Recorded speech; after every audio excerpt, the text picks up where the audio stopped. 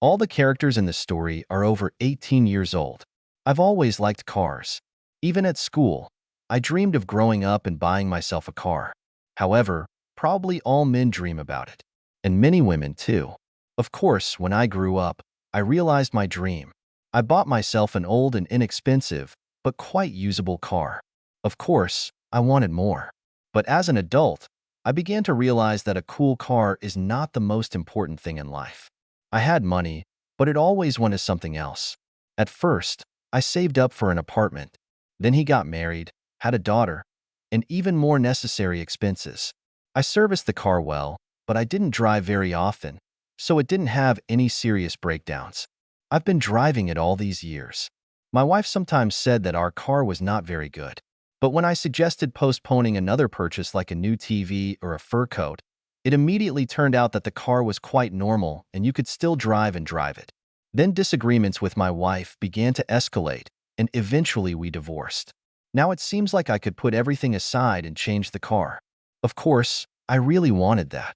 But I thought it was more important to invest money in something that would be profitable. So a few more years passed. And just recently, the moment has come. I owned a studio apartment that I rented out. A small 2-story commercial building, which was also leased to several shops. Some more stocks on the stock market. And a metal bank account as a last resort. And of course, my work with a free schedule also brought income. Now buying a car shouldn't have significantly affected my budget. After selling my old car for a cheap price, I bought a new Hyundai Solaris. Of course, there was no limit to my joy. I've been wanting a new car for so long, and now I've finally bought it. The pleasure of driving a new foreign car with an automatic transmission could not be compared with the sensations of driving an old car. The new car was comfortable, and easy to drive. My daughter Jessica was happy about the purchase with me. She recently graduated from a driving school and got a driver's license. Now my daughter had no doubt that I would sometimes give her a ride in a new car.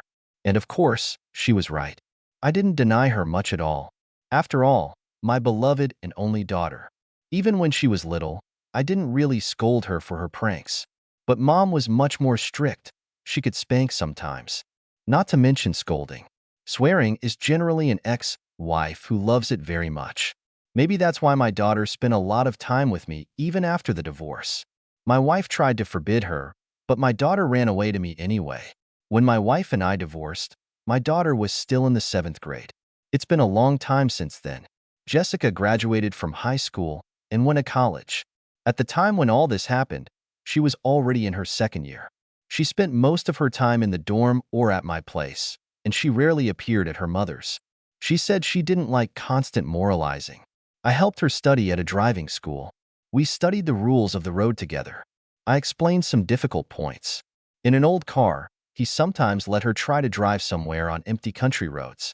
That's why I knew Jessica drove her car carefully. When applying for insurance, I immediately entered my daughter into the list of those allowed to manage. However, Jessica didn't ask me for a car very often. She walked from the dorm to the institute, to other places shopping, visiting friends, also on foot or by public transport. This usually turned out to be faster than first going to the garage to get the car, then driving it where it was planned, and then also returning the car back. In 2 months, she drove the Solaris only 3 or 4 times. Then her winter session started, and the trip stopped altogether for a long time. The next day after the successful completion of the session, a delighted Jessica came running to me. "Dad, can I take the car? The girls and I want to go to the Maximum to celebrate the session. We'll sit in a cafe there, go shopping. We will buy gifts for the new year." Maximum is a large shopping and entertainment center located on the outskirts of the city. It is inconvenient to get there by public transport. I didn't think twice. Of course, take it. Just be careful. The road is bad now. It's freezing and snowing.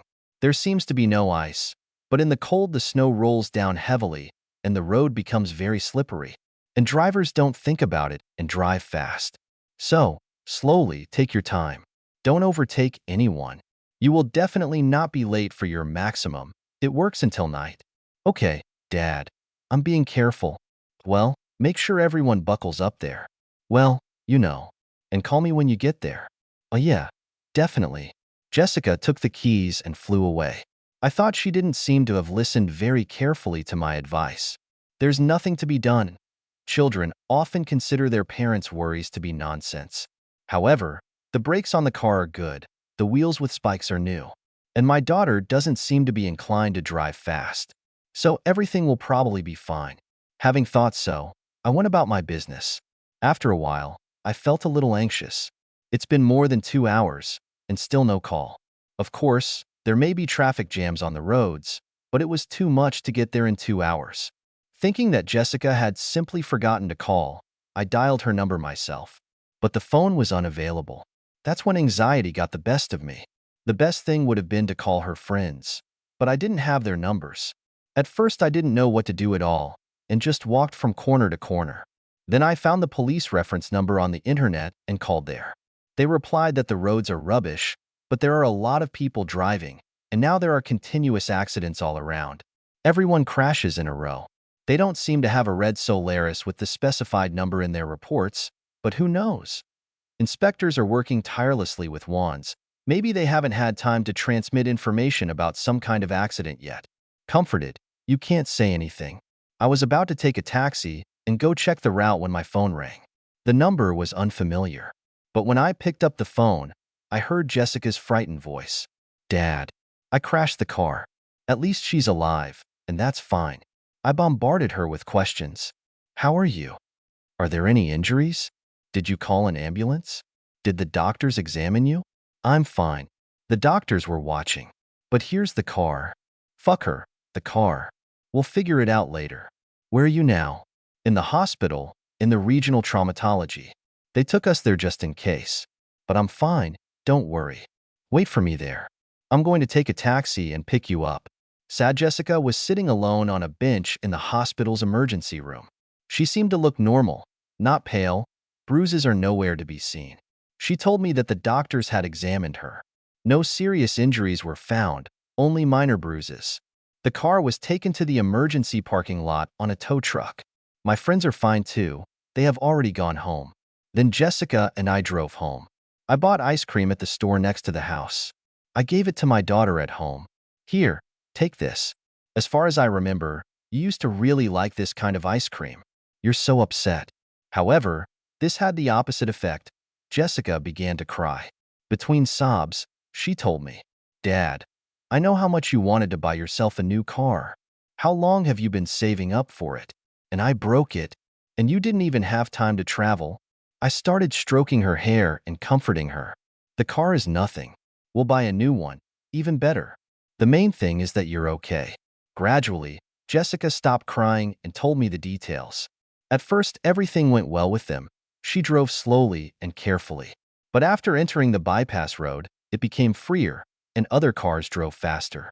One of my friends said that they were crawling too slowly for a new car. After a while, she continued, saying that Jessica was plodding like a turtle. Then something else like that. Jessica involuntarily accelerated, and then decided to overtake someone. Ahead, the road ran along a small embankment. The slopes were low, but quite steep. After completing the overtaking, Jessica changed lanes too fast. The car went into a rhythmic skid. She couldn't straighten the car and flew into oncoming traffic. Escaping from the collision, she flew off the embankment. We tumbled for a long time, but then the car got back on its wheels.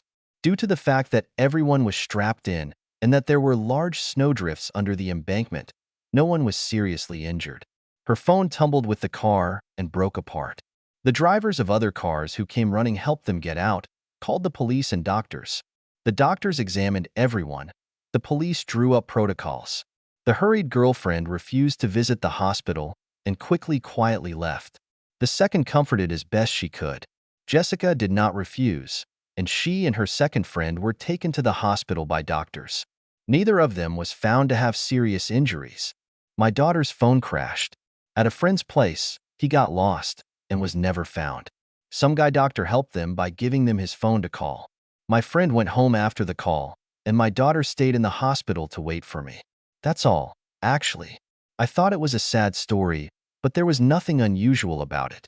Many drivers who overestimated their strength have had something like this happen. Dad, you're so cool. I thought you were going to blame me. After all, The accident happened precisely because of what you told me not to do. And you didn't even say a word. You are the best. Why reproach you? And so sad. Besides, there is a good point in this. Which one? You have gained invaluable experience.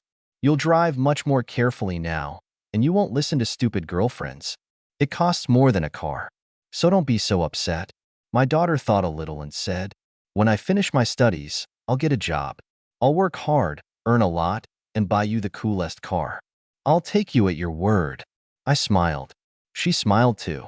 We sat in silence for a while, hugging each other. I thought she seemed to be calming down.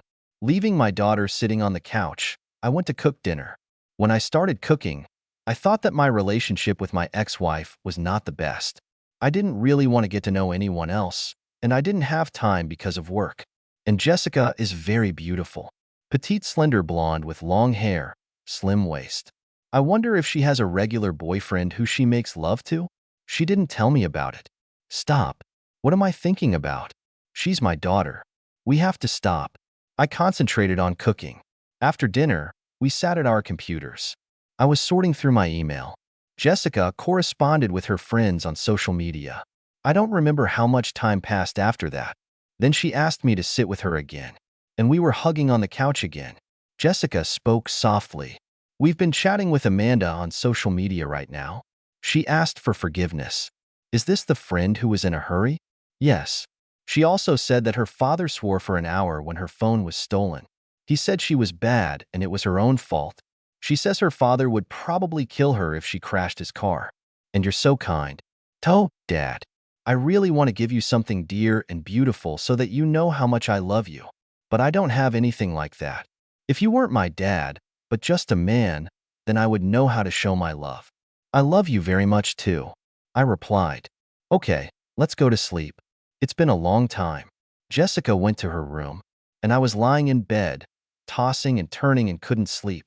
My daughter's words about what would happen if I were not a father, but an outsider man, did not go out of my head. Is she hinting at me? Or do I just see everything through the prism of my desires? I wondered if Jessica was already asleep. Maybe she, overexcited after the accident, can't sleep, just like me? I decided to go and see if my daughter was sleeping. A lantern was burning in Jessica's room. She was lying on her side on the bed, facing the wall. When she heard me, she turned around and asked, Dad, why aren't you sleeping? She was smiling. I had a strange thought. Perhaps my daughter was not at all surprised that I was awake, or that I came to her. It was like she was waiting for me. Yes, I can't sleep for something? Then lie down next to me. Let's lie down together. I feel good and calm with you. Were my assumptions correct? It can't be. Jessica asked. Dad, why can't you sleep? Yes, I decided to look in to see if everything is fine with you. You always take such good care of me. I decided to ask. When you said that if I wasn't your dad, you would have a way to express your love to me, what did you mean? It is clear that I would have given myself to you, of course. Do you like me, Dad? Am I beautiful?